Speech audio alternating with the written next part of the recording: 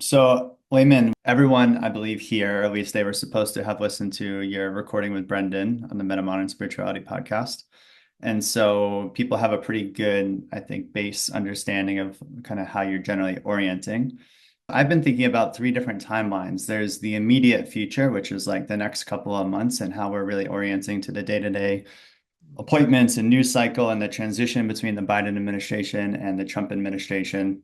And then there's the next 4 years, which is basically leading up until the next presidential election, if that happens, assuming that happens, I'll say. And then there's really more of the, let's say, my lifetime, the next, hopefully several decades and beyond, in which a new emerging paradigm or a set of systems might arise that we could begin to look forward to and to see how we can enact that in the moment through our interactions and our calls, like right now.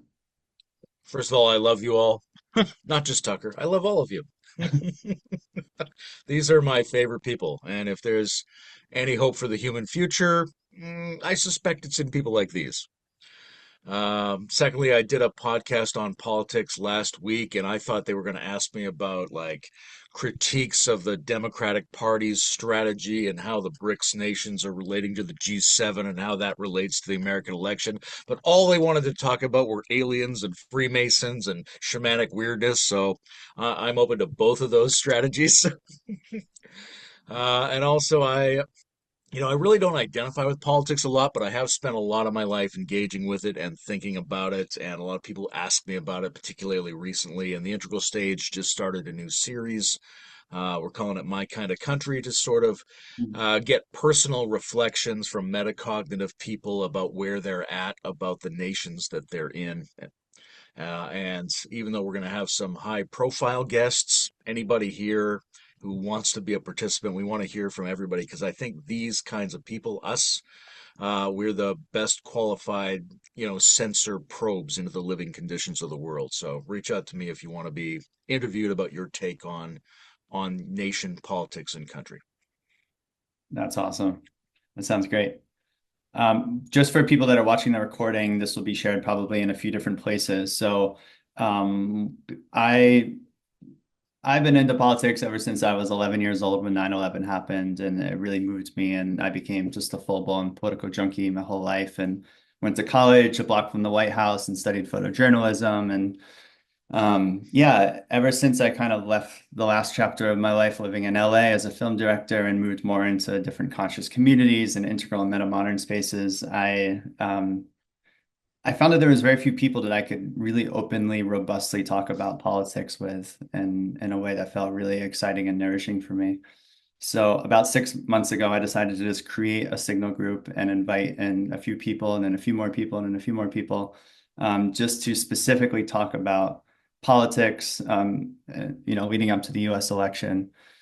And yeah, I've been so super blessed just by the quality and depth and diversity, actually, of the conversations that have taken place there. There's been a lot of nuance in my experience and a lot of people that have been naming very brave shares about how they're voting or orienting towards certain policies and perspectives that people have specifically named they weren't able to really share in too many other places and too many other contexts. So I think that's a sign that we're doing something right. Um, and then I listened to Layman's podcast with Brendan Dempsey on the Meta Modern Spirituality podcast, which I would definitely recommend everybody listen to. It came out a couple days after the election, but I was listening to it again this morning and still feels very fresh. So I invited Layman on as well as a few people in the group just to be a part of a discussion. And this is our call. And so welcome. And I'm glad that you're listening to the recording or here live. Layman, do you want to just kind of jump into a brief sense of like how you're oriented? Yeah. I imagine most of this will be conversational and questions and answers and people sharing and stuff like that. But your three temporal frameworks were interesting to me, Tucker. I think the immediate frame, like the next couple of months, it becomes us to try to be balanced in our sympathies, right? To be sort of bilateral and transpartisan and non-dual in figuring out the ways in which we can sympathize with each of the major blocks of values and needs in the country and figure out ways that we can organize our interiority toward the not optimistic, but the open possibilities of what this next period of time could bring in a way that doesn't sabotage our sympathies to anybody who's vulnerable to what this next period of time could bring. So I think this next couple of months leading up to the inauguration is about getting our hearts straight for the situation that's going to come, figuring out the mood with which we can approach all of this. During the second Trump administration, um, I mean, we just have to be ready to surf chaos, right? It's obvious that there are vulnerable populations that could be at risk from this. It's also quite possible that there are stagnant areas of the American ethos that need to be broken loose, and hopefully they don't get broken loose in ways which cause regressive destruction. But we just don't know, and we should expect, like I said in that talk with Brendan, not just the worst things, but the weirdest things, right? So just be prepared to be adaptable, be prepared for it to be chaos because nothing we're seeing right now tells us what's going to happen. And the job of the president and the administration is mostly defense, not offense. They might come in with an agenda, but there's just going to be all kinds of crazy stuff thrown at them from day one. We're going to be looking at whatever it is, revolutions, aliens, AI, all kinds of nonsense is going to be coming up during this 4 years. So do what you need to do in order to be able to surf through chaos as intelligently and sympathetically as possible. Beyond that, we need to be preparing a better politics, an integral politics, a meta politics, something like that. That means looking for the philosophies, looking for the moods, looking for the types of candidates that we might like, but most importantly, in the integral sense, those bottom two quadrants, which is we need to be looking at how do we form a new mood, right? What does it take from us to generate a new nation spirit, a new sacred civic coherence that will take years, if not decades, to form? And then, parallel to that, what does it take from us to envision and implement new kinds of collective decision making protocols? If we continue to vote and make choices in the same old way, we're going to get better or worse versions of the same old outcomes. So, how do we change our businesses? How do we change our governments? How do we change our group decision making methods, particularly our voting methods? So, those two things are both investments that we have to be undertaking for the long haul. Nice. I'm going to ask one or two questions and I want to open it up and have everyone jump in. In our thread, there seems to be a dance between focusing on the immediacy of what's happening in terms of the Trump appointments and the disinformation and various kind of aspects that are unfolding right now versus or how much we focus on those larger systemic changes and patterns and reconstructing or evolving the Democratic Party. How do you orient that personally, and what would you recommend in terms of how people know, like how collectively we can know where to place our priorities in a moment like this? Yeah, for me, it's more of a bottom up than a top down kind of approach, right? I don't think you can sit down with a piece of paper and work out the appropriate percentages of how to allocate your energy and cognitive interest. What happens is that things come to you, right? So if somebody in your community is suffering, or if somebody in your community needs help, or if something unfolds in the moment, you have to respond to that if you are in a position to be able to respond to that. So it makes a total difference. If you're on the student council, if you're in the Senate, if you're on the state administration board, if you're just a person who lives on a block, it's whatever comes up that you might have some leverage over. And I think the fundamental orientation that's important to me is being able to tease apart what you do have leverage over from what you've merely heard about, because we exist in a modernity fueled media environment in which people are asked to feel involved in every piece of incoming content, right? And most of that stuff is stuff your ancestors would never have heard about when it happened, and it's something you can't do anything about. So, yes, it's important for us to learn to be interested in and sympathetic to a hugely diverse world centric and cosmocentric range of beings, but give yourself a break for things you can't do anything about and try to respond to the things that are coming up that you actually could do something about. Yeah, well said. before I open up and bring in other questions and go more into, yeah, what we might call the more on existing on the plane of the rational sort of analysis and discussion around our unfolding political systems. I'm curious if you've been cultivating or if you have a sort of a shamanic or an esoteric take, a way that you're kind of sensing in and relating intimately with what's unfolding, that might be not something we would hear on Hmm, CNN, for example. sure. Um, I've been looking at Trump as a dark shaman for a number of years now, and I think that's a really important lens to have added into the mix. And it goes along with this sense of the weirding of the world, right? And I think sometimes that can be a very playful, very superficial way to talk about things, but I think it's also important to take it seriously, both that we're looking at a character who plays in spaces that might otherwise be identified as magical, that he's working with vibes. He's working with inversions, reversals. He's working with nonlinear speech. He's working with symbolism and a lot of things we would associate historically with more magical approaches. And that it's been ridiculously successful because this guy, on paper, should not have succeeded at doing any of these things. The fact that he is shows us something about reality and about him and about the way the American political negotiation and possibly the world's politics functions. Then at the same time, we are seemingly entering into a space in which civilization is phenomenologically colliding with the absurd, the strange, the ontologically flooded question mark and exclamation mark, right? And in some ways, things continue to function as normal, but I do think that people like us who are multidimensional and sensitive need to take seriously the fact that the strange and the weird and the peculiar are really being uh, advertised throughout the civilization in a really dramatic way.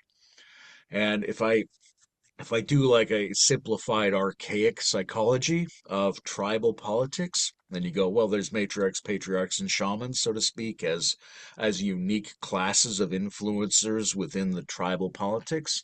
Matriarchs and patriarchs work out this interesting relationship between each other, and as long as conditions are relatively stable, that's a sweet spot. It's really good. But if the world starts to change and becomes strange technologically, if the ecology changes, if things get weird, and the people subconsciously feel the ground is shifting out from under them, then they pivot toward more of a shamanic character to influence their politics and draw on the collective irrational subconscious to try to offer them possibilities that are outside the technical and sympathetic range of the patriarchs and matriarchs. I think we're in a position like that right now.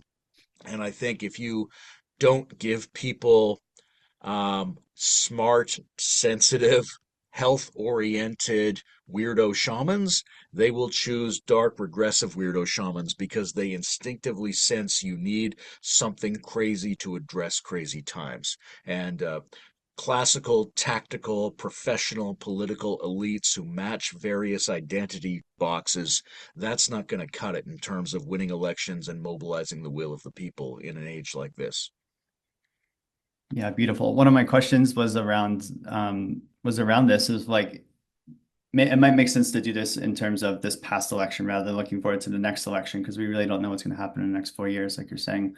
But if you could sort of design or channel or sort of intuit what would be like like an excellent candidate that would have run Mm, against Trump in the Democratic Party that's operating within the realm of realism. We're not going into fantasy, but like a realistic but meaningfully sort of new or evolved candidate that would archetypally be doing what you're speaking to. Could you flesh that out? right. Sure. I mean, it's a funny question because realistic, right? The right candidate has to push the boundaries of what realistic feels like to the people. Trump is an unrealistic feeling candidate, and that's part of his success. And in some ways, especially as a Canadian, you observe the American system from the outside. Every successful American president is preposterous in some way, says things that are utterly ridiculous. Um, so I guess what I would say is, um, the astonishing quality and the conviviality and the casual, humorous aggression of the candidate. These are qualities that matter, right? I think my observation is that Americans, maybe all countries, but Americans in particular, they elect celebrities, they elect somebody who has talk show host qualities, right? Kamala is a notably bad candidate in some regards, even though she might have made an absolutely fine and interesting and important president. Um, there's something about where people are at that's very flexible, right? If you look at the map of Reagan's victories, he takes most of the states. In his second election, he takes almost all the states. But a couple of years ago, all years go by, all those states go to the Democrats. So the people can't really be expected to have dramatically changed in a couple of years.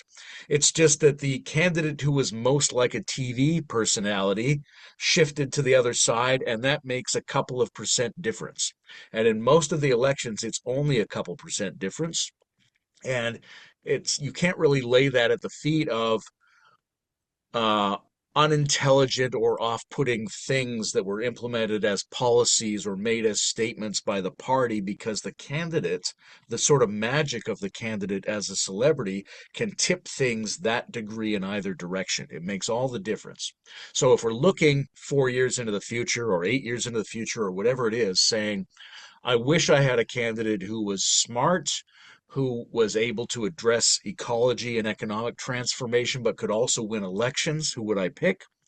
You'd have to push further outside the range of the candidates, right? It's undecided whether or not Bernie could have won if he hadn't been pushed out by the Democratic Party. But I would look to interesting celebrities, right? I feel like George Clooney could win an election. I feel like Tom Cruise could win an election.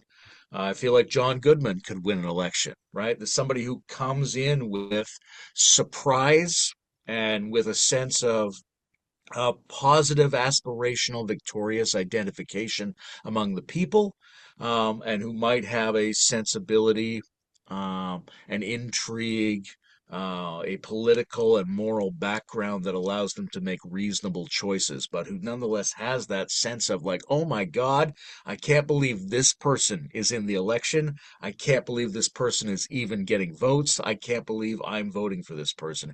I think it has to have celebrity, talk show amiability, astonishment, and maybe we can come back to this casual aggression and humor. That's really important, I think, to the American collective in looking at a leader. Hmm. Casual aggression and humor. Can you double click on that? Why casual aggression and humor? Okay, so there was a very interesting talk at South by Southwest after Hillary lost.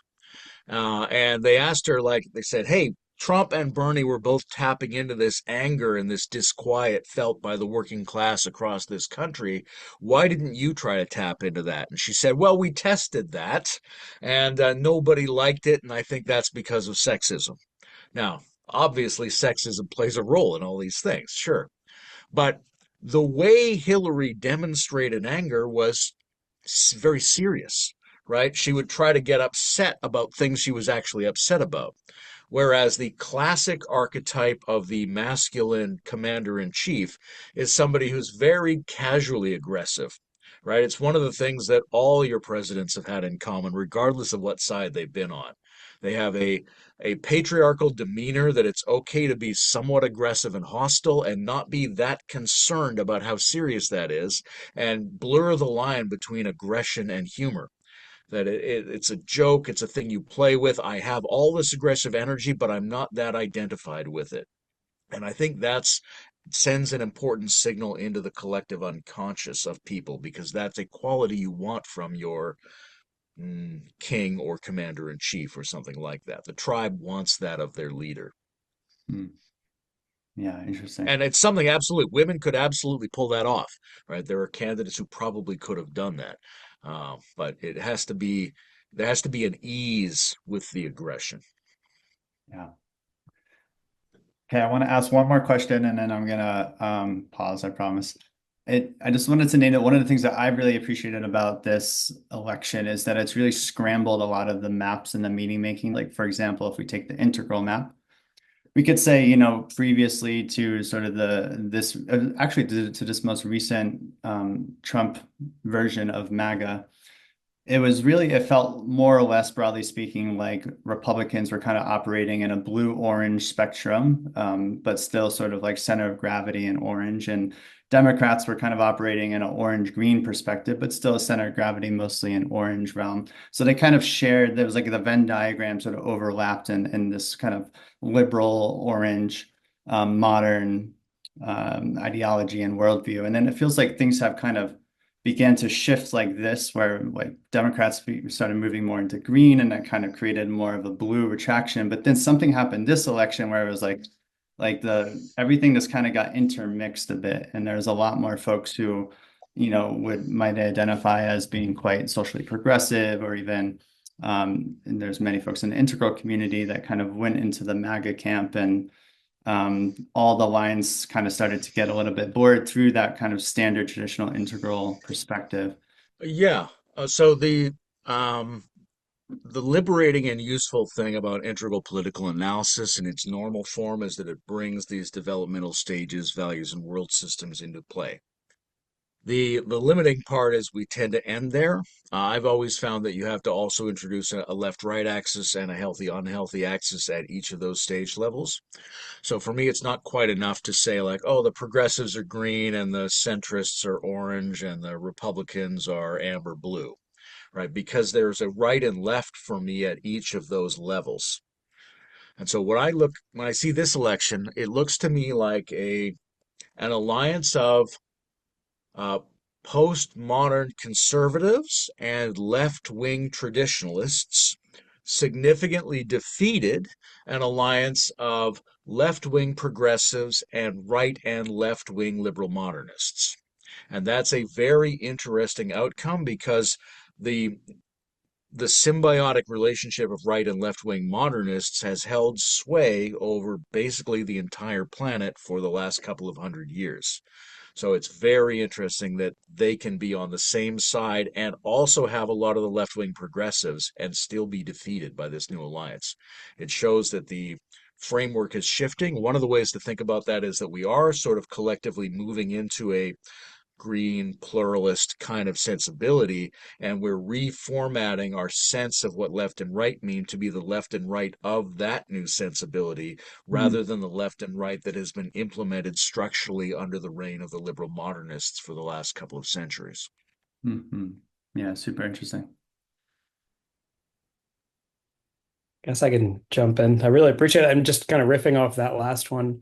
I'd be curious, when I'm hearing you bring up that distinction, and particularly kind of the sort of the breakdown of our sort of orange modernistic worldview. I mean, if I'm being frank, it's been something I've been thinking is needs to be happening at this moment, right? We've gotten to you can see it from 1944 and the sort of madness, mutual assured destruction of and whatnot, right? Like we've been needing to grow past that. And some of the conversations happened within the signal space. I'm curious to hear more about, what do you see as sort of a healthy green version of that looking like? And in particular, like as I hear it, like, and let me know if this lands right or wrong. Like when you brought up sort of like a post-structuralist or a postmodernist conservative right now, I mean, I've heard some folks give variations of that's coming into basically those people who are smart enough to recognize structuralism and then to weaponize it, as a sort of a strategy for, nihilism, for disinformation, for kind of blurring the nature of reality and sort of and then using that to kind of like challenge the proceduralist escape, right? Whereas I think those on the liberal side of that, who are kind of in the broken green space, right, really strongly interested in social justice, and on the same token, they recognize that, but they're falling back into structuralist orange strategies, right? And in so doing, everyone gets mad because they're like, you didn't actually solve it. You just recreated a dominant hierarchy. You just flipped it from might makes right to victimhood makes right. And how do you think we can help to kind of continue to help that the growth and evolution societally, individually and collectively? Yeah, there's a tendency in developmental circles to undervalue and simplify what green is.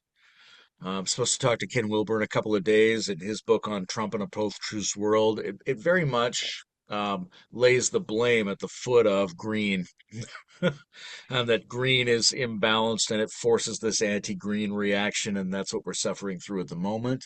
It doesn't really take a serious look from the point of view of the green and post-green structural critique of how this is kind of an inevitable outcome of liberalism, moderatism, capitalism, all that kind of stuff. When you look into a richer green and you say, we're not getting great versions of it, we're getting, I think, a lot of fake green in many respects. We're getting a lot of orange that's strategically speaking to new cultural values in order to sway people.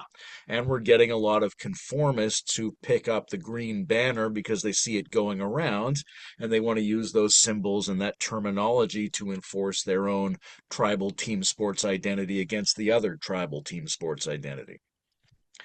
How do we get a better version, and what do the left and right sides of that look like? These are really interesting questions.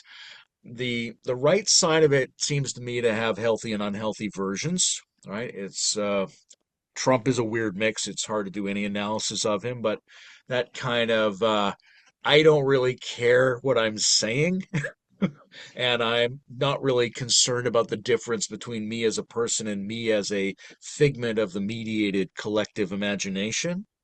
Those are indications of a green sensibility, but in a way that is both on the right to some degree because he's very sympathetic to some conservative sensibilities. He's very anti-drug. He's very pro-family, right? He's got a number of these conservative qualities. But I think we would look a little bit further to look at healthy green on the right and see something like eco-libertarians, people that have a strong sense of a criticism of how politics and economy function right now, a strong personal sense of fidelity to other people and nature, but who don't necessarily feel like we want to capture the state and implement broad changes on that behalf. And now the left-leaning version of all of these, including green, tends to have that feeling that we need to capture the mechanisms of broad-based social transformation, which is usually the state, and then implement them at that level, right? So a pretty good example, very stalwart example of left progressivism is Bernie Sanders, right? He's very solid, right? And he looks fundamentally different than orange, center, left, liberal, modernist Democrats who are trying to sell you on their woke credentials. I think one of the things that we should be looking at as a community of people who are putatively second tier or meta or post green, post pluralist is what can we do to help this group of people as people come into this sensibility or this set of cognitive capacities to be a healthier version of themselves, because there's a in the developmental trajectory, that's where higher levels are going to come from, is people who move into that sensibility. And so we have to recognize and appreciate that there's a left and a right, and we have to be able to intervene in a sense to cultivate more of the healthy left and right and less of the unhealthy left and right. So that's a collective task that I think falls to us because nobody else has the perspective to even suggest that they might be involved in such work.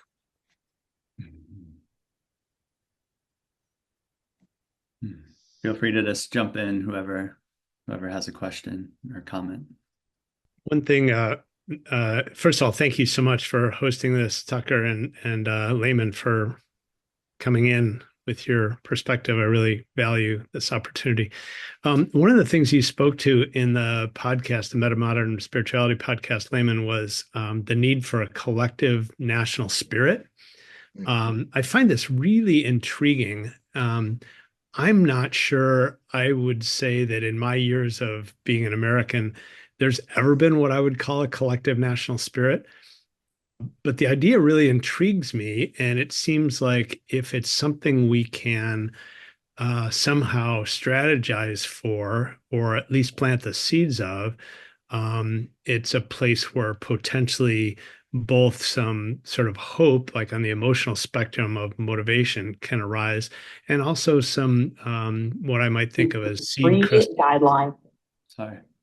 Oh. what I might think of as seed crystals for a more generative, small scale democracy. Mm. So I'm wondering if you could first speak to the nature of this collective national spirit that you referred to, because I'm totally intrigued by the concept, and then the strategy piece comes in about how might that be nurtured and generated, and how might small cells of collectives, local collectives, how might they feed into that? Ah, okay. That's terrific. Okay. The nation state problem is very interesting to me. And we say nation state in an interesting way that combines the notion of state and the notion of nation. And the notion of state, to some degree, is a geographically bounded bureaucratic machine, and nation is to some extent a population of people who feel they have something in common. Now, the question of a nation state is how do we get a population of people who feel they have something in common to coincide with a geographic, bureaucratic, military, and economic entity? There's two different ways to do that. One is to build states around the definition of nations, right? We say, well, maybe the Kurds need a homeland. Maybe Scotland should separate from England. Maybe Quebec should separate from Canada. Maybe they should build a state around their nationhood. The other way to do it is maybe we should cultivate nationhood within the given boundaries of our state, even if that was semi arbitrarily established by historical and power conditions. That's a difficult proposition. Historically, the ability to generate a nation of people out of a region has been fraught with extreme violence. I'm a big fan of Jose Ortega y Gasset, who wrote the mass, whatever it was, the Rise of the Masses, something like that. It was a collection of essays that he wrote when he was one of the leaders of the interim Spanish government between the fascists and the king. And he said that everybody else on this interim council wanted to get back to the national spirit, the original inherited essence of what it is to be Spanish. And he was always arguing that Spanishness is something that we invented out of people who happen to live in this region. So that positive attitude that we're capable of creating and inventing the spirit of a people out of a people or a region that we're given. I think first of all we have to be aware of that possibility and be kind of confident, even kind of audacious about, yeah, maybe we can. Maybe given this region and given these human beings, we actually could build something like that. How do you do that? Um, it's largely, I think, about enactments. It's about suffering and enjoying yourselves together. I just watched the recent new rule from Bill Maher, and he discusses this liberal woman who found out that she needed her local Trump supporter neighbors to help her look after her pets, find her lost animals, this kind of thing. And what really struck me about that is it's the embodied engagements that lead to that transpartisan sensibility, right? America had a really interesting period during and just after the Second World War where there was a lot of vitality and a lot of shared nation spirit, such that Make America Great Again often is a look back to that time period. What characterized that time period was all kinds of people from all different castes and genders and races and walks of life had to come together in order to face a common challenge, make common efforts, and undertake common pleasures. And I think it's really those enactments and not being sold a narrative or being sold a story or being asked to be more ethical or to transcend divides. That stuff's not really going to do it. You have to get people, even from an early age, to mix with and start doing things with and having real visceral pleasures and angsts and efforts with a variety of human beings, of their fellow citizens who don't share their views on many things. Right, so I think that's kind of the ground zero of building up a nation spirit. But there's a second part to it, which is the aesthetic part. Right, I think a lot of attempts to implement a higher level mood, higher level politics, higher level candidates are sabotaged because there hasn't been the preparatory work of a new sensibility. And the thing that lays the tracks of the new sensibility is art and entertainment and aesthetics. right? So I think one of the things we should be looking at is how do you create a vibe that enfolds some elements of the left and the right, some elements of whatever we're calling these two sides in America today, right? I always go to simple images, right? What does it look like to have a piece of kale and a shot of Jack Daniels? What does it look like to have solar panels in the back of your beaten up pickup truck? Things like that, right? Thousands of iterations of these different hybrids create a sensibility that saturates into the people so that in the future they can use that sensibility as a discriminating factor to choose policies, to choose candidates who might express the kind of civic spirit that transcends the existing separations of today. Um, that's already a lot. I think there's a huge role for intentional communities and small experiments in this. I'd probably think of that as the uh, right wing version of integral or second tier or coherent pluralist work, right? Because we can try to do big systemic changes or we can try to do Jordan Hall style civiums, right? And I think that's the right wing version of the leading edge. And we should absolutely be trying that. The main things we should be doing in those attempts are linking those implementations together so they can learn from each other. Second of all, giving people practice being on constructive teams because so much of what we do in this space is that we get together and have self reflective discussions on ourselves rather than implementing projects where we learn to be good team members together. And the other thing is, we should be, those are great experimental petri dishes where we can go at different kinds of collective decision making, right? So, one of the things, in my view, that's holding up the entire system of so called democracy that we're in is our notion of how democratic protocols operate, which is majoritarian show of hands, basically, right? And we practice that from early ages. So, it makes visceral sense to us that if you get 51%, you get the state, you get the country. Even though basically 50% of the people in that region disagree, all of that data is excised from the outcome. So, what we need to be doing is training each other, even from an early age, to be really comfortable with alternatives, with ranked choice vote, with single transferable vote, with proportional representation, with averages rather than majorities, or any number of other different kinds of collective decision making protocols so that we have enough confidence in them and enough sense that they are simple and obvious that we can try to implement them at the local, state, and federal levels. Because I think unless we can upgrade that protocol, we're not going to get better decisions. And the place where we train in that is small networks or small intentional communities. Want to put in a plug for my yet to be published essay, a post-liberal vision, a meta-modern vision for a post-liberal America, coming soon. But I think it's touching into a lot of this territory. So grateful to hear. Who else has yeah, question or comment?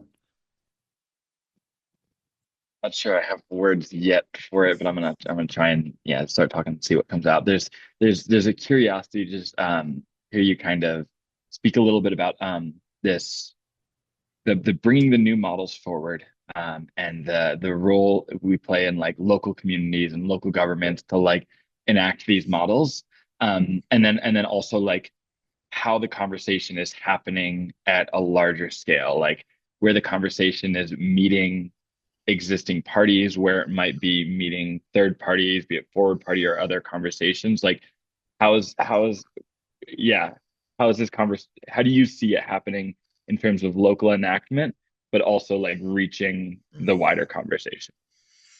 Mm. Yeah, that's the essential question in a lot of ways. I think what we need to be doing is, I mean, everybody has to take the action they can take where they are, right? You really do. And this is something that the Republicans, in a way, have done a really good job of over the last couple of decades is infiltrating and stalking all the different layers of government, right? From judiciaries to state governments to school boards to things like that. So clearly that kind of works. They've succeeded in setting up the on the ground conditions that allow higher levels of political emergence to align with their value systems. Right? So that could be done on the left. It could also be done from the point of view of a more futurist politics that transcends traditional left and right. So we should be engaging, and I know a lot of us don't want to. I don't want to. I don't want to be going to a school board meeting. I don't want to run for mayor of my town. These sound like horrible ideas, right? But some of us have to be willing, like good soldiers, to take that risk, especially if other people in this community say to us, we really think maybe you could do it, right? Do this for us. So that would be one of the things is tell each other that, right? If there's somebody else in these communities and you think, I would really love to see that guy get more engaged in the direct political, even at a small level, let them know because it will make a difference and it is how you have to start tomorrow's politics today. At the Layman, can I same interrupt you time, for a minute? yeah, I just go thought ahead. Aaron Gabriel Nair literally ran for mayor, right? It was mayor of Boulder. No, City council. city City council of Council. Boulder. And he put himself out there. He did the work. He knocked on the doors. He went to the meeting. So this man is walking the talk right here. Thanks, Tucker. How does that relate to the like higher scales? I mean, part of it is just about being as informed as you can about large scale, I don't want to say progressive, but like alternative political visions, right? I think you need to be at whatever layer you're operating aware of what not only what Bernie is saying, but what Nassim Taleb is saying, right? And what Nietzsche is saying about politics and all these different sort of high level, complex political philosophies that are operating at that scale and let them saturate down, find ways that you can act on them. There are groups in our communities that are more invested in politics. There's, for example, there's the Institute for Cultural Evolution that Steve McIntosh is running. Right? Some people feel very positive about that. Other people feel like it's a sort of regressive crypto centrist nightmare, and it's the truth is somewhere in between. The main thing is probably to find other people in our networks that are politically concerned in a similar way to you and spend as much time exchanging with them as possible. Whether that's sort of, I mean, there's an integral left, there's an integral right, there's all kinds of meta progressive opportunities. Keep the conversation going and start to build out a scene whose ferment will give rise to surprising ideas and surprising candidates and surprising interventions. Layman, on that note, I was wondering if you're tracking a few folks that I've been following, Jonathan Rowson, Ali Boehner, just some of the folks that are actually in the, meta-modern scene. If you have a like a synthesis, sort of an emerging vision or perspective taking on the American election and what's happening now politically, have you been tracking those folks? Yes and no. I read some of their Substacks and I talk to them once in a while. It's hard to know how much Euro trash has to say about the North American situation, but I'm actually going to interview Rowson next week for the new political series. And Biner, uh, even though we are tonally different, he always seems to be working on pretty much the same concepts that I'm working on. My sense of the American election right now, I mean, there's so many different angles to bring at that, so I really don't know how exactly to address that point. But one thing that comes up for me is, and how from the outside, as a Canadian, as a British person, or whatever, you want to bring these other perspectives in, Americans seem so narcissistic and insular and self-focused, right? It really seems like they think their culture war is the entire basis of the discussion and the choice that they're making. They're not talking about what other alliances economically of nations are doing. They're not talking about what multinational corporations are doing. They're not talking about what the technology is doing. They're not talking about all the things that the nation itself might not have any control over, even at the cultural level. So I think that's important to keep in mind. Um, One thing, though, that stands out to me that the Americans have in common with the rest of the world which maybe isn't always obvious to people who are just looking at the American culture war from the inside, is that there is a shift toward authoritarian clowns across the board, right? Whether it was Berlusconi in Italy, whether it was Boris Johnson, whether it's Milei in Argentina right now, that one of the basic modes that nations are figuring out in order to try to deal with the situation of the current and emerging world moment is to lean into some kind of over the top performative ethno nationalist clown figure of some kind. So that this is not a Trump is not a weird American moment only. It's part of a global shift of trying to collectively solve some kind of problem. And this is one of the solutions that we're coming up with as a species. So I would keep that in mind. Yeah. Thanks.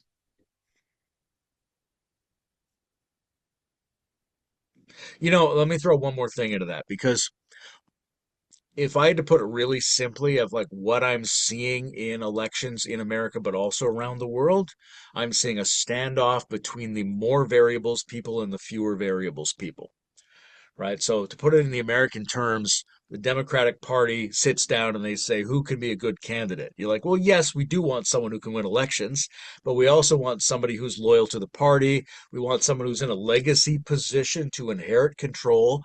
We want someone who has a couple of good ethnic or gender firsts. We want somebody who's going to work really well with our G7 allies. We want someone who will speak the talking points, right? So there's a lot of targets they're trying to hit simultaneously, and it gets really messy and convoluted, and you hear the candidates speak, and often it sounds incoherent. Conversely, you have on the Republican side, people come in and go, hey, there's a ton of stuff we've been told to take into consideration. Let's not take it into consideration. We don't fucking care about gender, about ethnicity, about redressing things. Let's not even take the environment into consideration. Fuck that. Let's just drill. Right? So they're saying, I know that you feel overwhelmed by the number of variables you're being asked to take into account. And I know that you will feel more agentic and more liberated if I tell you that there are fewer things to take seriously. But the reason we were taking those things seriously is because they have real impacts on the future and on real people's lives.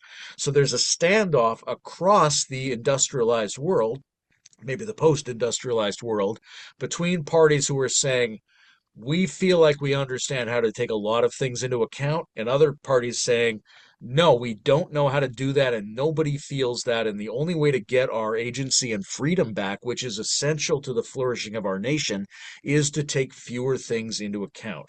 And I think that's also something that would emerge from a Rousen and a Biner perspective, given that they're sort of outside of the immediate American sphere in their analysis. Yeah, so I feel like you laid that out beautifully. And what would you say would be like a productive, integrative next step towards working with that polarity? Well, there's two kinds of things you could do, really. I mean, the first is structural, which is you could figure out how to take more things into account in simpler ways, right? So a super easy example is intoxicated driving. So in my country, a couple of years ago, they just went all across the board marijuana decriminalization. But then they had to implement a whole set of new regulations about how we test people to see if they're impaired through THC in their driving as opposed to being impaired by alcohol. Now, this is great for lawyers. It's just more things to evaluate.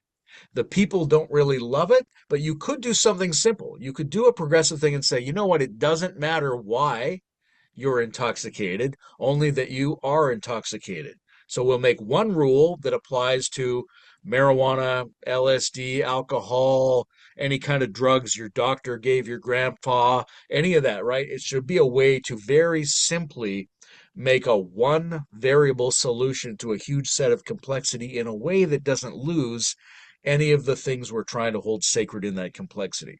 So, from the point of view of policy and structure, you could try to create progressive simplifications that serve that conservative impulse, but not in the ways that conservatives themselves would enact it.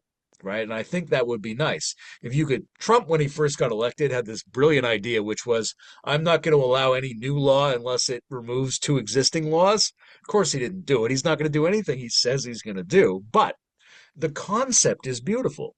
It would be a lovely concept for a liberal progressive type of government to try to enact, which is to say, we want to reduce the sheer number of regulations.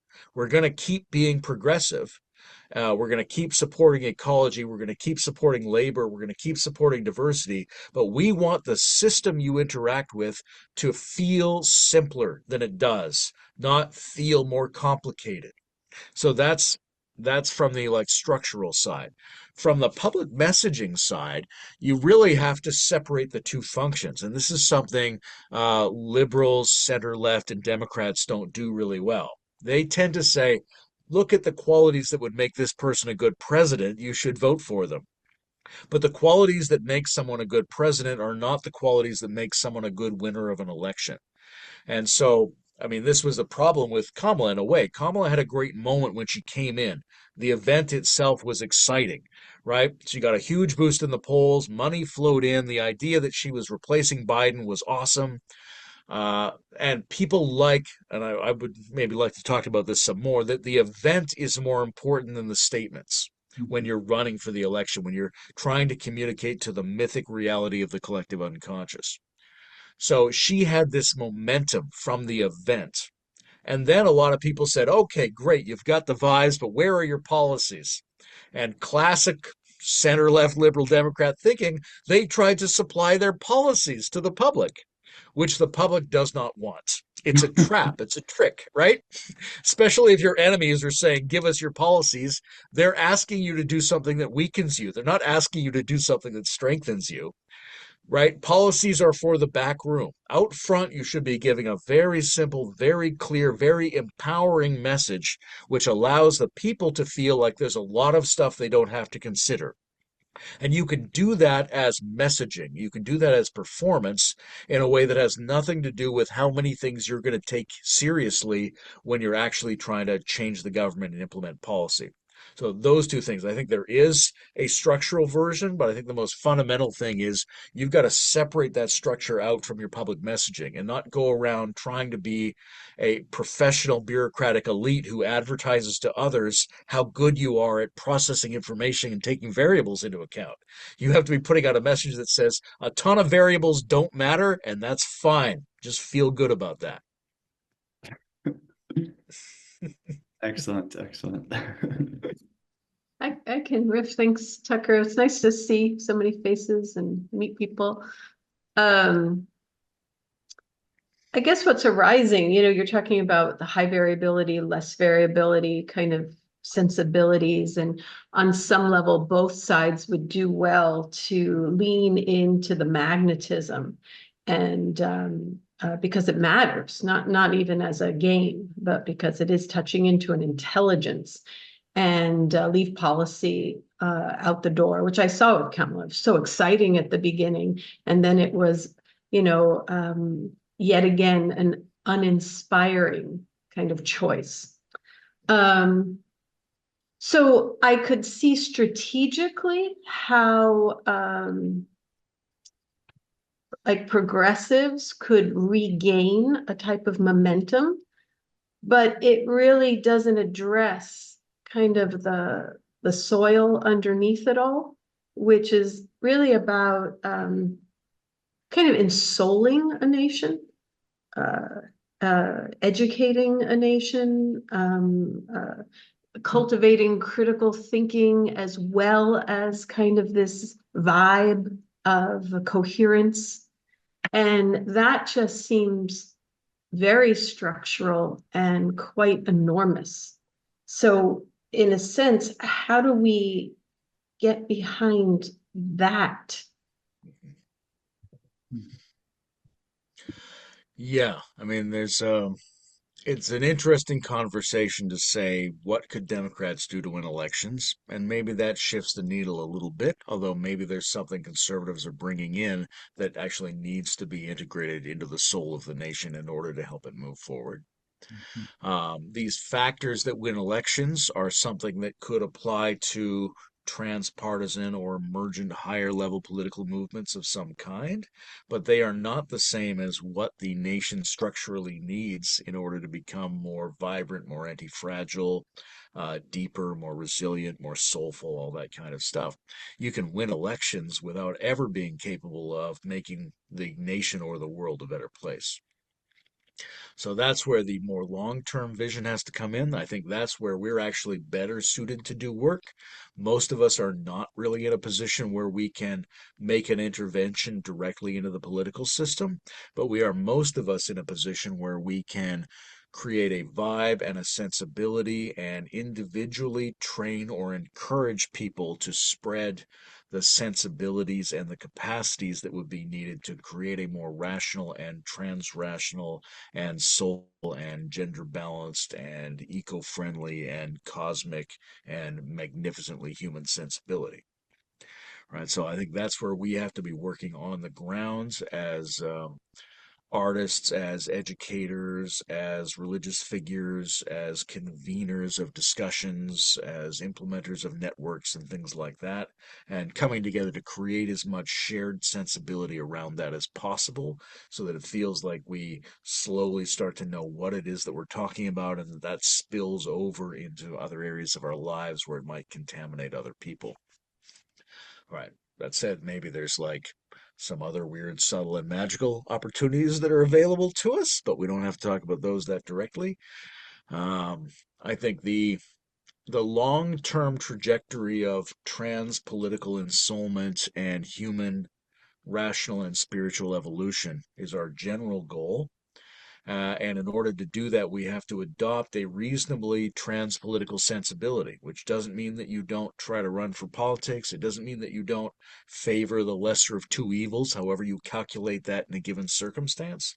But it does mean that we don't live and die based on how an election turns out, because our trajectory is decades, centuries, millennia, right? We have to be thinking in those terms if we want to be thinking about a deepening change and transformation of human beings.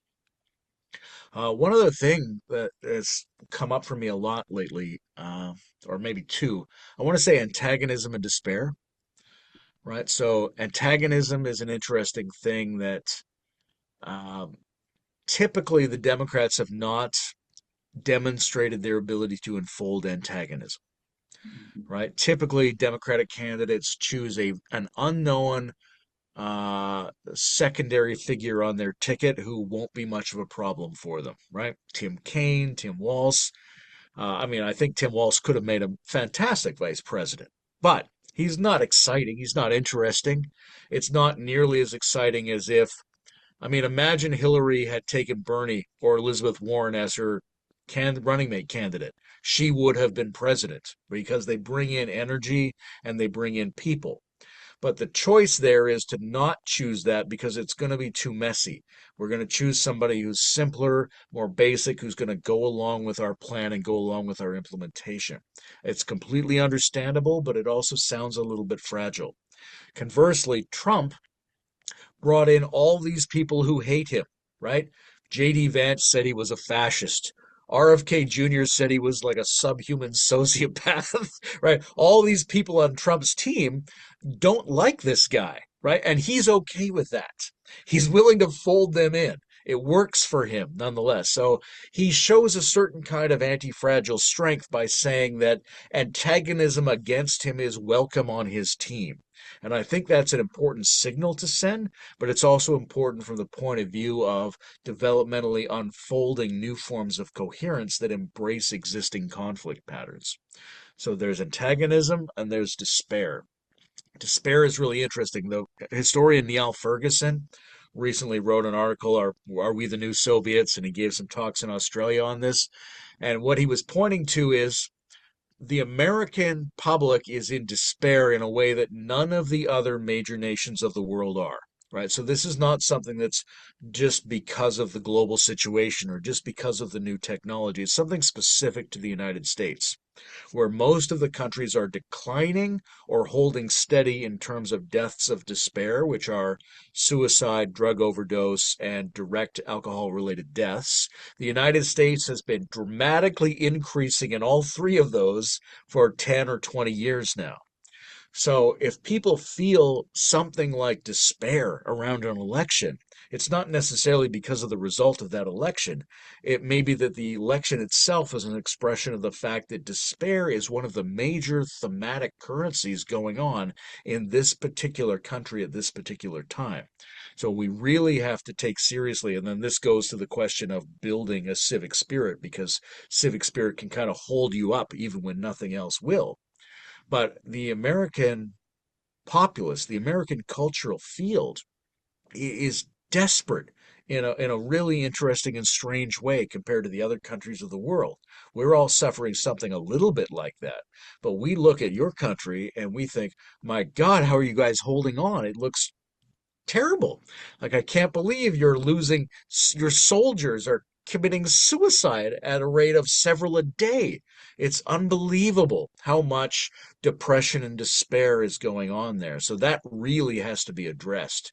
And a candidate who says, don't worry, it's basically working and we're going to get back to business as usual, does not sound like they're anywhere close to addressing this horrible chasm in the emotional core of the American soul, even if some of the Americans are not experiencing that. Yeah.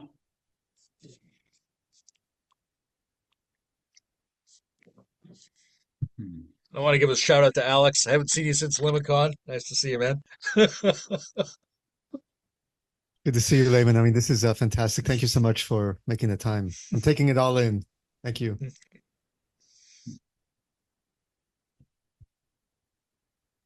Ethan, what's you got? Yeah, I want to first of all, what's up, Layman? Hey, everyone. Hey, Um, man, John Churchill and I had a great talk the other day. It'll come out pretty soon. awesome. I'm looking forward to that. Very much so. It's good to hear. One of the topics I've been most interested in, really, particularly the last few months again, but for a lot of the last decade is AI. And I've explored the ways in which I think might change things economically and explored it philosophically quite a bit. But one area I don't really feel like I have much of a sense for is how that's going to change things politically. And I know that's something you're thinking a lot about in terms of AI in general. And I imagine you've thought about the way in which it intersects with the future of politics. So I'd love to hear you just riff on that and kind of tie that into this kind of 4 year time horizon and then slightly longer time horizon for us. Yeah. Um, yeah, it's funny. Some people are saying this is the last human election, right? And there might be a lot of truth to that, even though AI is already involved, even right, like back to Trump's last run in 2016, Cambridge Analytica and a number of different kinds of semi-automated digital algorithmic processes were involved in how you target and how you communicate to people. It's massively more the case now, and 4 years from now, we might be in a situation where the majority of the public interventions from both parties are done through AI operatives of various kinds, right? They offer an unprecedented low cost ability to tailor persuasive messages to your individual circumstance and social network.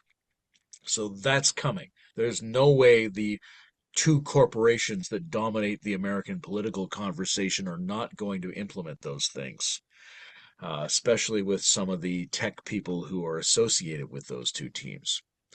I'm also thinking of, I don't know if anybody else saw the short-lived sci-fi series Avenue 5 with Hugh Laurie as a space cruise ship commander, but they had this thing back on Earth. There were two presidents. There was a human president and an AI president, and you had to figure out which one of them you wanted to talk to if you had a problem.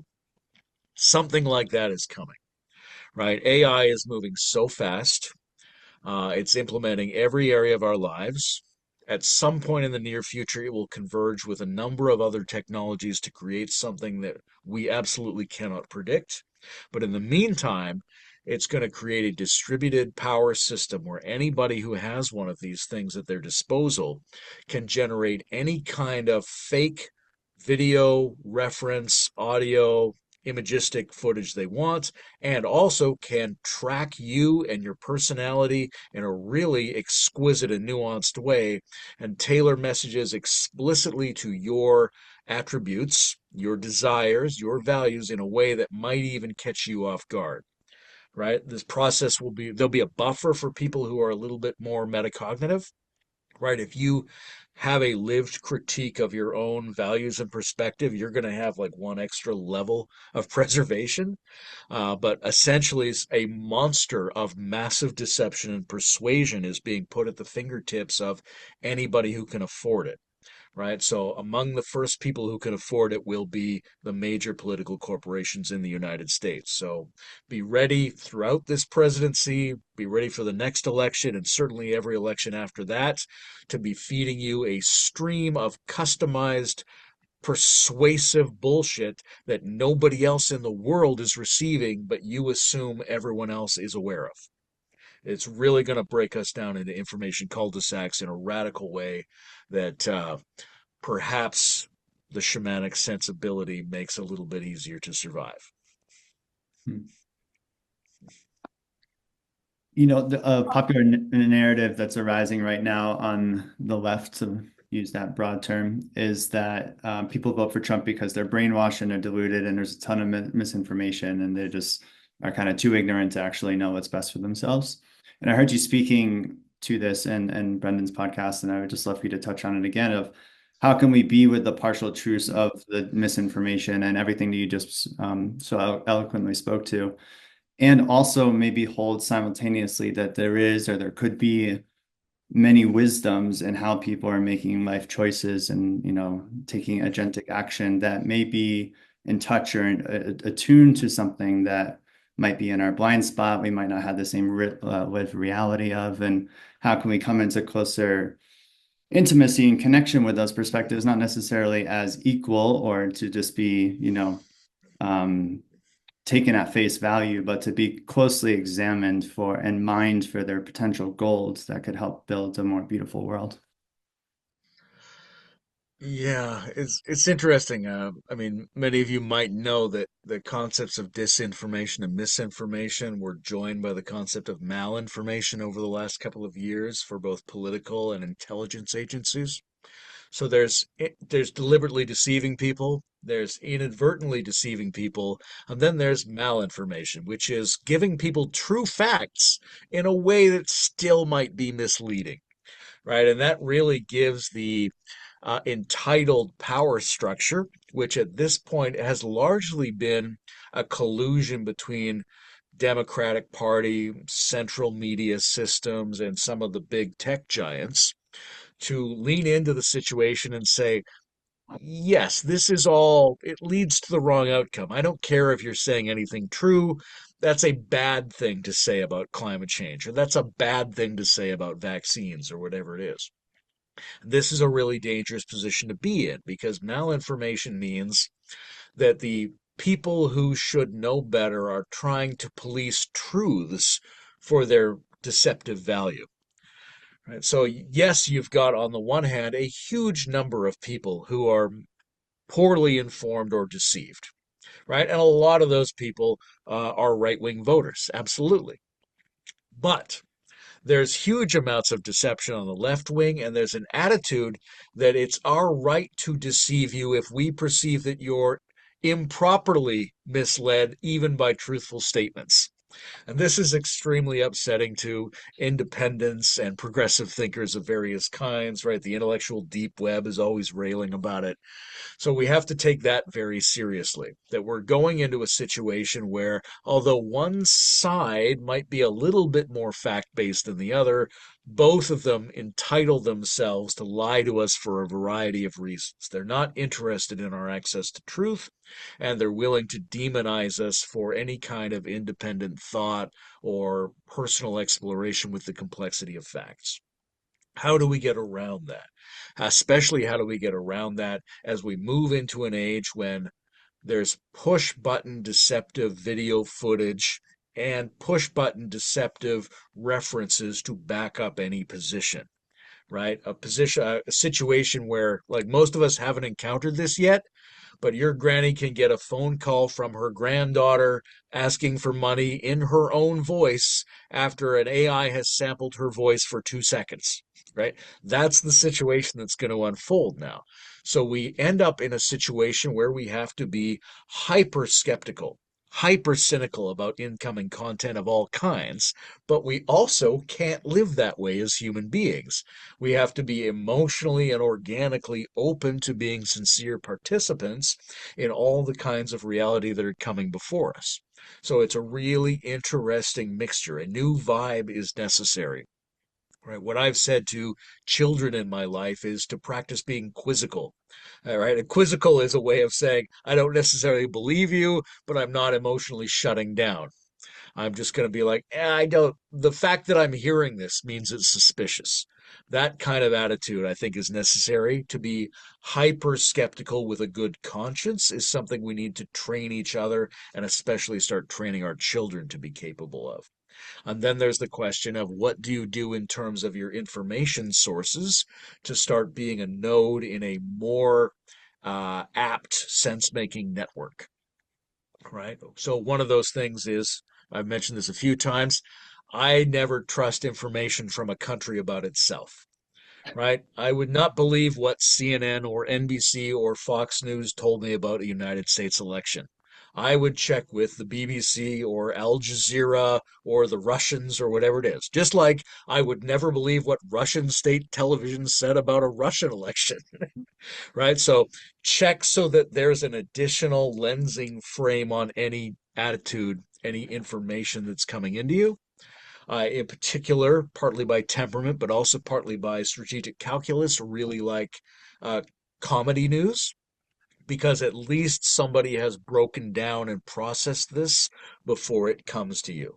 So even though a lot of the comedy news has periodically gross, kind of like weird leftist leanings, generally I find them to be a smarter sense-making tool for me to draw my own conclusions because they've attacked and they've tracked a number of perspectives and they're processing something really deeply.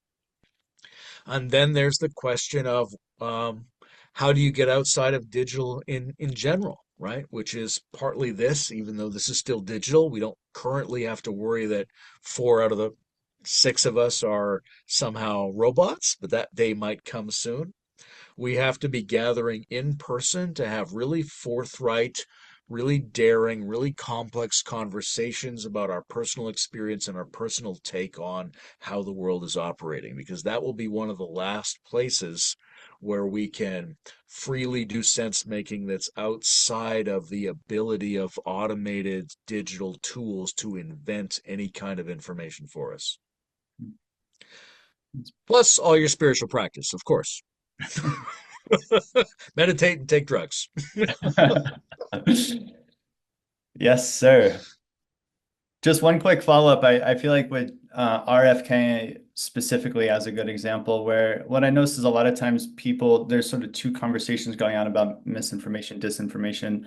One is like, is what he's saying, for example, about a vaccine or whatever, factual and a sign from the scientific paradigm and then arguing about that. But to me, I'm always a bit more interested in like that's almost irrelevant. It's why do people feel gravitated towards that truth or not truth or partial truth in the first place, and like what are the underlying values and worldview and meaning making and emotional kind of psycho-spiritual shamanic draw towards those types of um beliefs, and then whether we want to say they are objectively factual based off the lenses that we're looking through is kind of almost a secondary conversation. But I find it often stops there and it doesn't actually go into the deeper ground of the magnetism of them in the first place.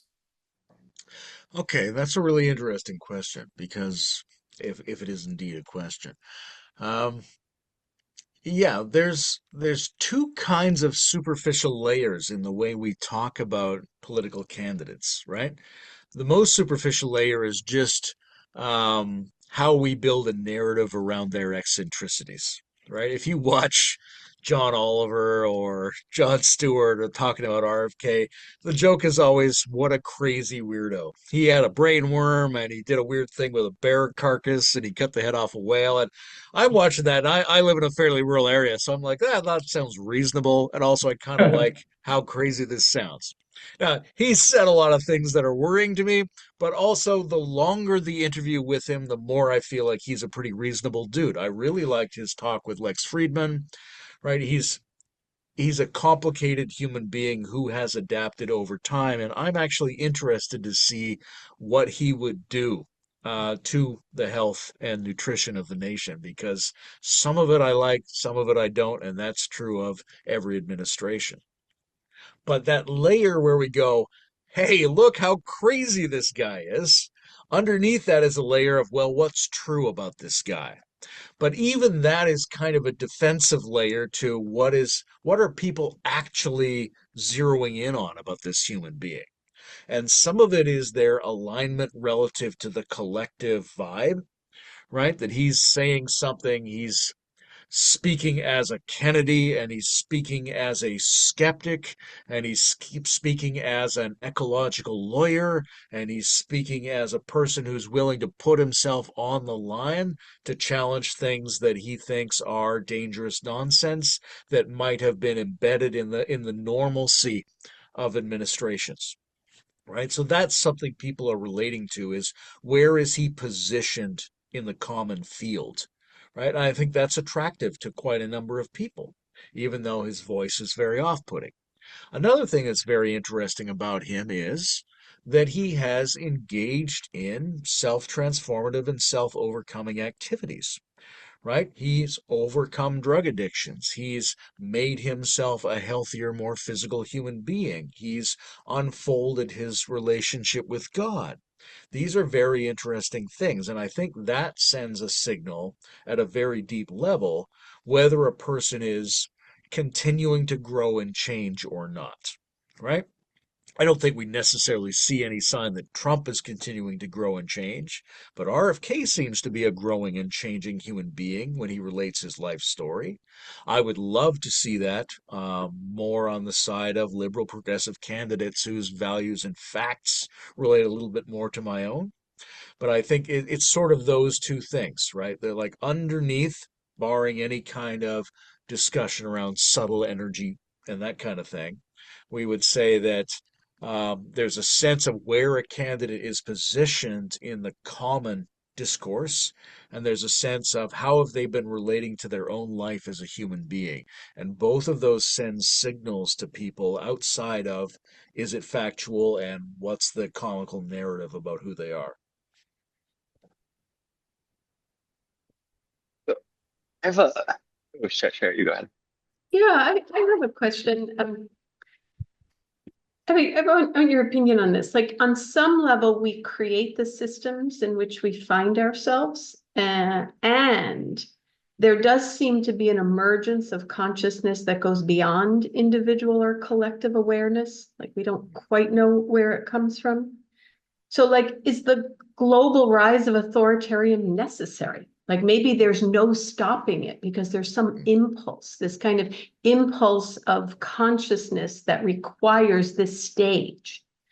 So, like, in terms of whatever influence on deconstruction of known institutions and emergence of new stories and third ways that we have, what stance makes it more likely that the destabilization and for sure the unknown that's before us is more likely to move towards expanding wholeness, towards love, towards whatever life, things that maybe if the rarest resource in the cosmos is life, that is most likely to support the well-being of life.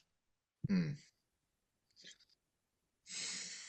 I think there's at least two parts to that. One is a sort of understanding that there are, even if something is destined, there are multiple ways to get there, right? And some of us might have had experiences where we saw, I mean, I've had these experiences where there's certain points in your life that seem fixed, But then it also seems like you could have arrived at that through a number of different pathways.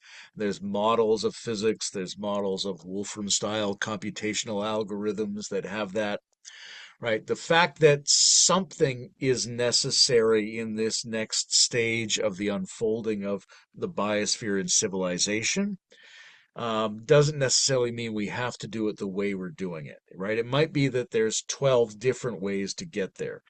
So we have to have the sensibility that it's not a competition between free choice and what's needed, that those work together in some way, that what's needed can arise in a number of different ways. And if we don't do it in a way that's better, we'll by default get a version that's worse. Right? And this comes down to sort of the shamanic argument too, which is if more and well-informed, more well-intentioned characters don't give us exciting and astonishing magical candidates, we will default to terrible, exciting, and astonishing magical candidates because that's what's important. It's not important that we pivot to the right. It's important that we have candidates of that kind. So there's flexibility there. But then the question is like if we understood that, how would we choose between better and worse versions of the same phenomenon? Right? And a lot of that has to do with how many of our own dimensions of self that we're bringing into our decision making, right? If we're choosing part of ourself against another part of ourself, very often we're going to make a very lopsided calculation. But if we can bring in a lot of different variables out of our own reality, a lot of different selves into our decision, then we get something closer to what our optimal decision making is. And that helps unfold the general optimal decision making. But you could add a few other things there, right? Anciently, they used to talk about virtue, right? And virtue is a really good way to think about how you make a good decision. And it's something you practice. It's something you practice building up in yourself, and it's something you practice attuning to. And if you are better at feeling into what is the good, you're more likely to make a more good choice in terms of which version of this same outcome we're going to get. Yeah, something like that.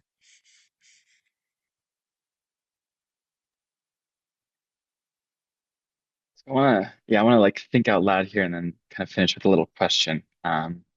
Like it seems like kind of what we're orienting here towards is like the unfolding of the biosphere, which is the unfolding of human consciousness, and that requires like including more voices and changing minds. And it seems like there's a necessity to enact that at a local level and discover models that work and think critically about it at a higher level so we can understand what change could happen.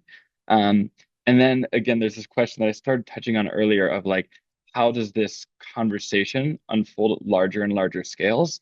And there's a question in that for me of like, who needs to be included? And this kind of touches on what you said of like RFK is a human who is like enacting transformation. He's changing. He's open to change. He wants to change. Whereas like Donald Trump does not seem like that as much.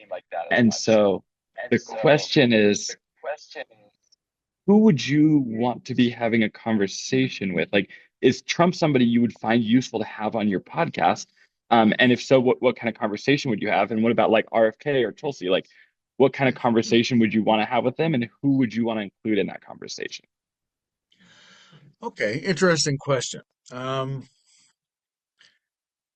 at a normal level of discourse, it's basically pointless to talk to a person like Donald Trump. But at a level of subtle energy discourse, you might get something interesting, right? I watched him on Lex Friedman. I watched him on Joe Rogan. I watched him on Theo Vaughn, right? Big supporter of Theo Vaughn. Uh, there's different ways. I think one of the things that's interesting to people about Trump, and one of the qualities that maybe Kamala didn't exhibit very well, was this ability to show up and be exposed and try to be an improvisational presence, even if you know the other person doesn't understand you or is against you. Right? So Trump has exhibited the ability to do that. And I would like to um, probe his energetic container, right? I don't I think he's smarter than most liberals give him credit for, but I don't think he's that smart. I don't think he's that sexy. I don't think he's that friendly. I don't think he's that cosmic, right? In my mind, and I used to watch him on Celebrity Apprentice, and I would make a joke that this is just a solar plexus on legs. He doesn't really have any of the other chakras open. He just has this one chakra really intense. So I would try to elicit as much complexity and richness out of the energetic qualities that he has, rather than try to get him to answer questions from functions of intelligence he's not very good at. Right. And I don't know what it's like for you guys, but there are some people you can talk to at the level of spirituality and intellectuality and social complexity you like. And there's other people you can't, right? Maybe it's just a weird dude in the park. Doesn't even put up two sentences together properly, but he wants to just grab your arm and hang on and try to tell you something. And if you're open to it, some energy can flow from him to you, right? So there are different modalities for trying to do exchanges with people, and there are different layers of intelligence that is necessary for more multidimensional and meta people to take into account. Now, RFK Jr., I think I could have a pretty interesting discussion with. Tulsi, I could have a pretty interesting discussion with. Some of these other people, I don't know who could talk to Matt Gaetz. He's withdrawing from consideration or that kind of thing. But um, it would depend on what my expectation of their set of intelligence competencies were. If I think they've got a mind, then I can ask them intelligent questions. If I think they've got a heart, I can ask them about deep emotional things. If I don't think they have those, but they've got energy, then what I can do is probe their energy to see if it will flow into me and inform my subconscious in some way. Super cool. Yeah, I appreciate that answer.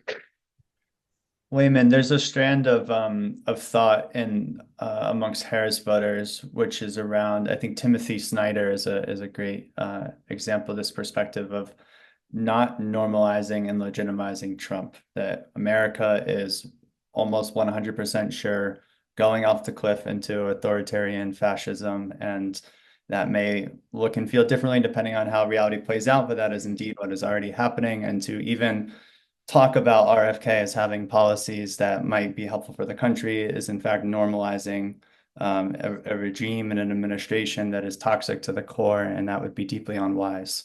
What would you say to that?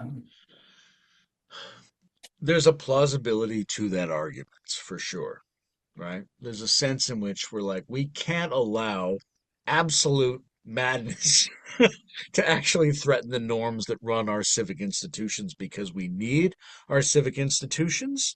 We need our norms. We need our elites. We need this system to run because real things are really at stake here. And including, but not limited to, people who need abortions, the rights of trans people, all that kind of stuff. But also, hey, nuclear weapons are in play, chemical weapons, bacteriological weapons, all kinds of stuff are in play. In fact, the future human species is at stake here. So there's a sense in which we shouldn't be blithe about this, that we should be willing to do almost anything to try to steer as best we can. But how well do we understand what it takes to steer properly? Right? And if you feel like you're on the slightly better of two political parties, are you in any way qualified to be a relentless jihadist about how to deal with this situation? Probably not. Probably the meta norms that were established by our sagely ancestors about kindness and tolerance and civic spirit and good conversational protocols and getting along with people you hate, that these are meta principles that we have to be able to employ at every moment of the unfolding of our society in order to get the best possible outcomes. And that these practices lead to improvements that are smarter than the ones that we ourselves could work out if we want to absolutely put ourselves into a position of resistance against something overwhelming. And Trump does seem like something overwhelming. But I think the strategy is probably not the reactive activists' strategy. And in some ways, this election, the previous election, but this one in particular, that Trump could come back, that he could win even bigger, that he could make gains with every demographic, and that he could do so fucking singing his playlist rather than giving sensible talks, that tells us something important, that a huge thing is happening here. Right? So it's not the case that we can dismiss any of that. We have to be able to,